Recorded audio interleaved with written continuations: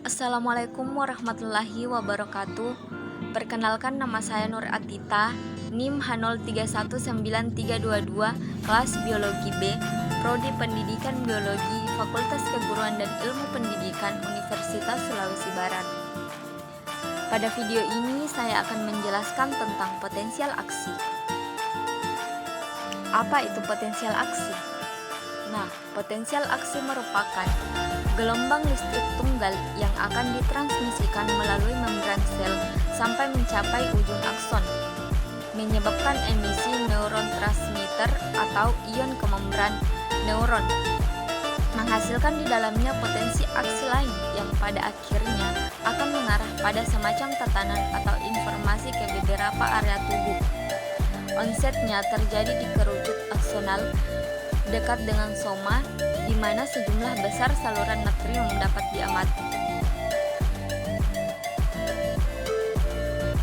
Potensial aksi adalah suatu peristiwa yang terjadi antara neuron dalam rangka untuk mengirim pesan dari otak ke bagian-bagian tubuh yang berbeda, baik untuk tindakan sadar atau tidak sadar.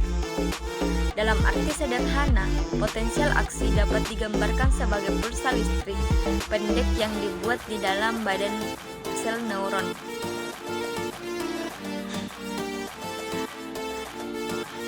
Pulsa ini disebabkan oleh pertukaran ion positif dan negatif ketika ion kalium dan natrium keluar dan masuk badan sel.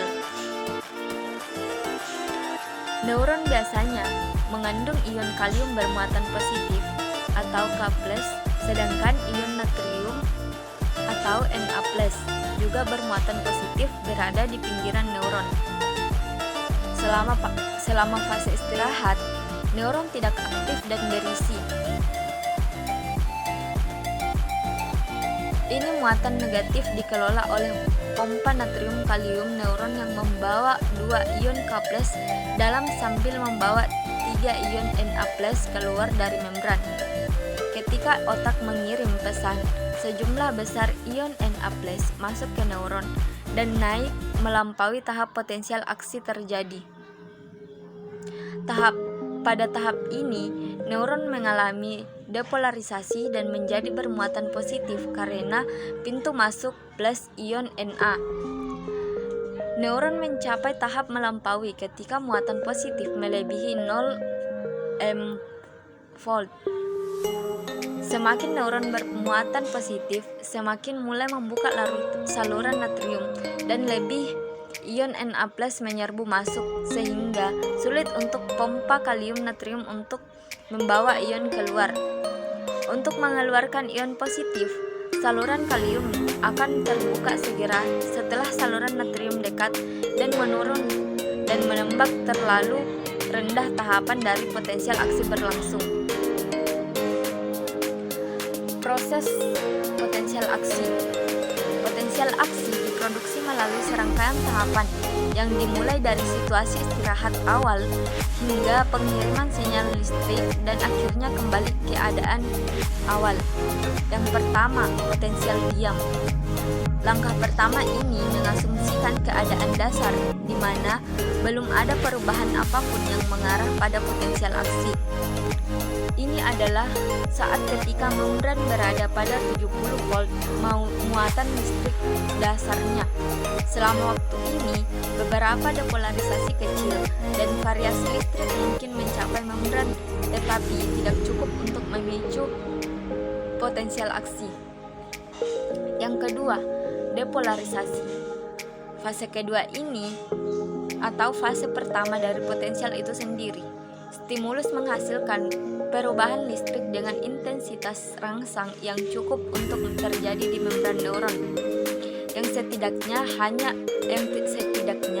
harus menghasilkan perubahan hingga 65 volt dan di beberapa neuron hingga 40 volt untuk menghasilkan saluran natrium kerucut akson terbuka sedemikian rupa sehingga ion natrium masuk secara masif.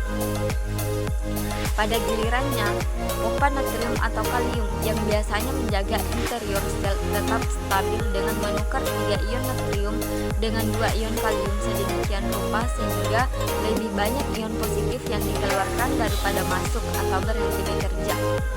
Hal ini akan menghasilkan perubahan muatan pada membran sedemikian rupa hingga mencapai 30 volt. Perubahan inilah yang dikenal sebagai depolarisasi. Nah, setelah itu saluran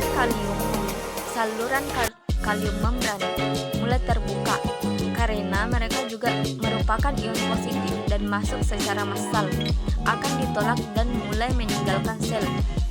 Ini akan menyebabkan depolarisasi melambat karena ion positif hilang. Itu sebabnya muatan listrik paling banyak 40 volt. Saluran natrium mulai menutup dan akan dinonaktifkan untuk waktu yang singkat atau yang mencegah depolarisasi semakin.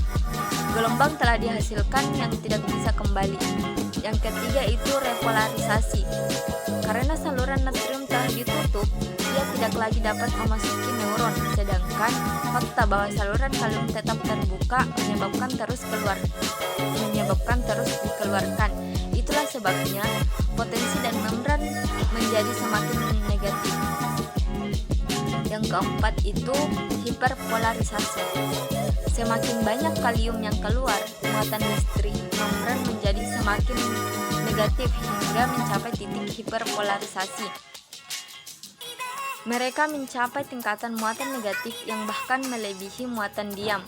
Pada saat ini, saluran kalium ditutup dan saluran natrium diaktifkan. Ini berarti muatan listrik berhenti jatuh dan secara teknis mungkin ada potensial baru. Tetapi ia mengalami hiperpolarisasi berarti bahwa jumlah muatan yang diperlukan untuk potensial aksi jauh lebih besar dari biasanya. Nah, pompa natrium atau kalium pun juga diaktifkan kembali. Yang kelima, potensial diam. Pengaktifan kembali pompa natrium atau kalium menyebabkan muatan positif sedikit demi sedikit memasuki sel, sesuatu yang akhirnya akan menghasilkannya kembali ke dalam basalnya, potensial diam.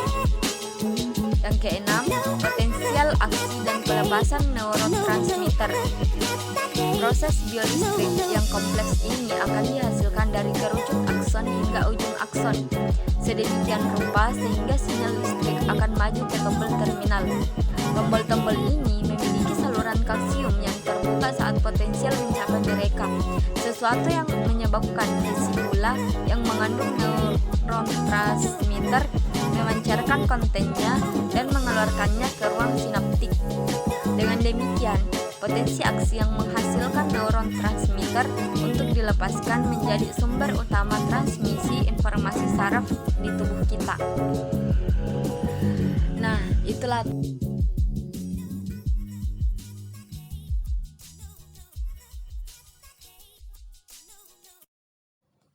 Wabillahi taufiq wal hidayah. Wassalamualaikum warahmatullahi wabarakatuh.